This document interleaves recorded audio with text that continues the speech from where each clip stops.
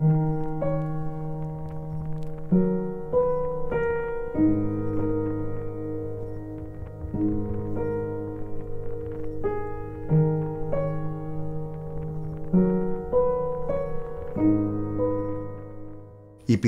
με, υποδαβλίζοντας με ειδονή την καρδιά μου, ξέστηθη ομορφιά, τρισένδοξη εικόνα που ξαναβρίσκω τον κόσμο. Απόψε τίκεται η εκμυδένησή μου, κατά την πιο ένθερμη ενότητα των όντων, το θέλω να μη διαφύγω. Άγια με τη ζαρτιέρα, δώσε μου να πιω από το κάθυγρο κύπελο, τον πιο χυδαίο, τον πιο κτηνόδη κορεσμό.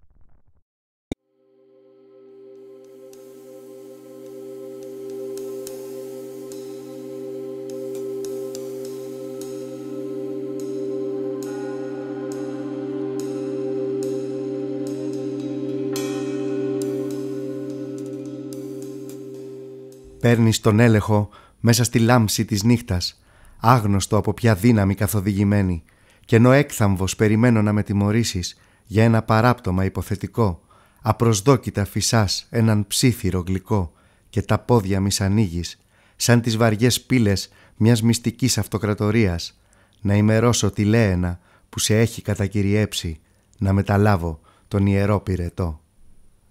Θα ξεθυμάνει ο άγριος πόθος σου, μέσα στον τρανότερο αναστεναγμό θα αποτραβηχτεί, στην πιο σκοτεινή άμποτη της πλάσης, κι εγώ στον κόρφο σου τον ουράνιο θα κοιμηθώ, σαν δούλος τρισευτυχισμένος.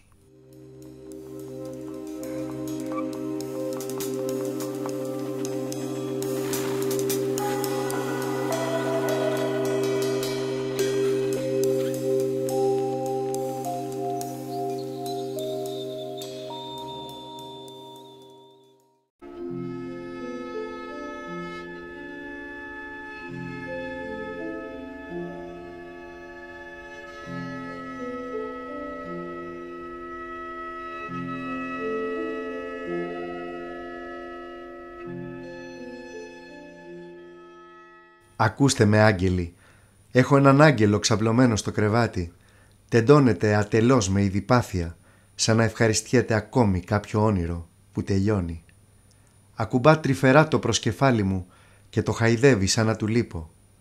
Ανοίγει τα λαμπερά μάτια προς το παράθυρο με μια έκφραση ενιγματική και ευθύς τα ξανακλίνει σαν να μετάνιωσε που ξυπνάει από την απίθμενη αρμονία του ύπνου. Ακούστε με, άγγελοι, κοιμήστε τον άγγελό μου κάτω από τα φτερά σας, μη τον τρομάξει κάποιο προμήνυμα κακό, και καλύψτε την απάρθενη γύμνια του μέχρι το λέμαργο αίμα του πάλι να ανάψει.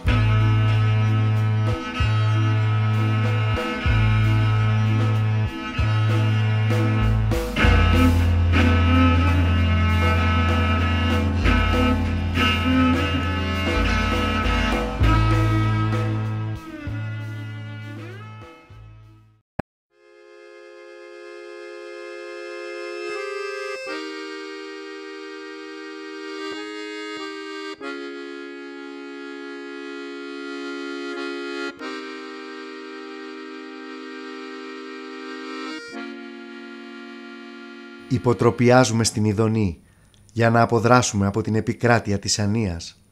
Ξυπόλυτοι μπαίνουμε στον ευωδιαστό κήπο των ολόδροσων καρπών, όπου η ψυχή μας αναθαρεύει, λησμονεί τα εμπόδια του πόνου.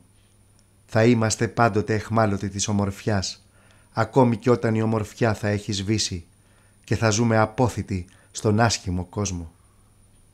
Είτε στο κρεβάτι ενός φτηνού ξενοδοχείου, είτε μέσα στο δάσος το πυκνό, είτε σε φέρετρο παριστάνοντας τους πεθαμένους, θα αναγυρεύουμε το μελαγχολικό φρούτο της ζωώδους απόλαυσης, το προπατορικό αμάρτημα, την ιερόσιλη έκσταση των εραστών.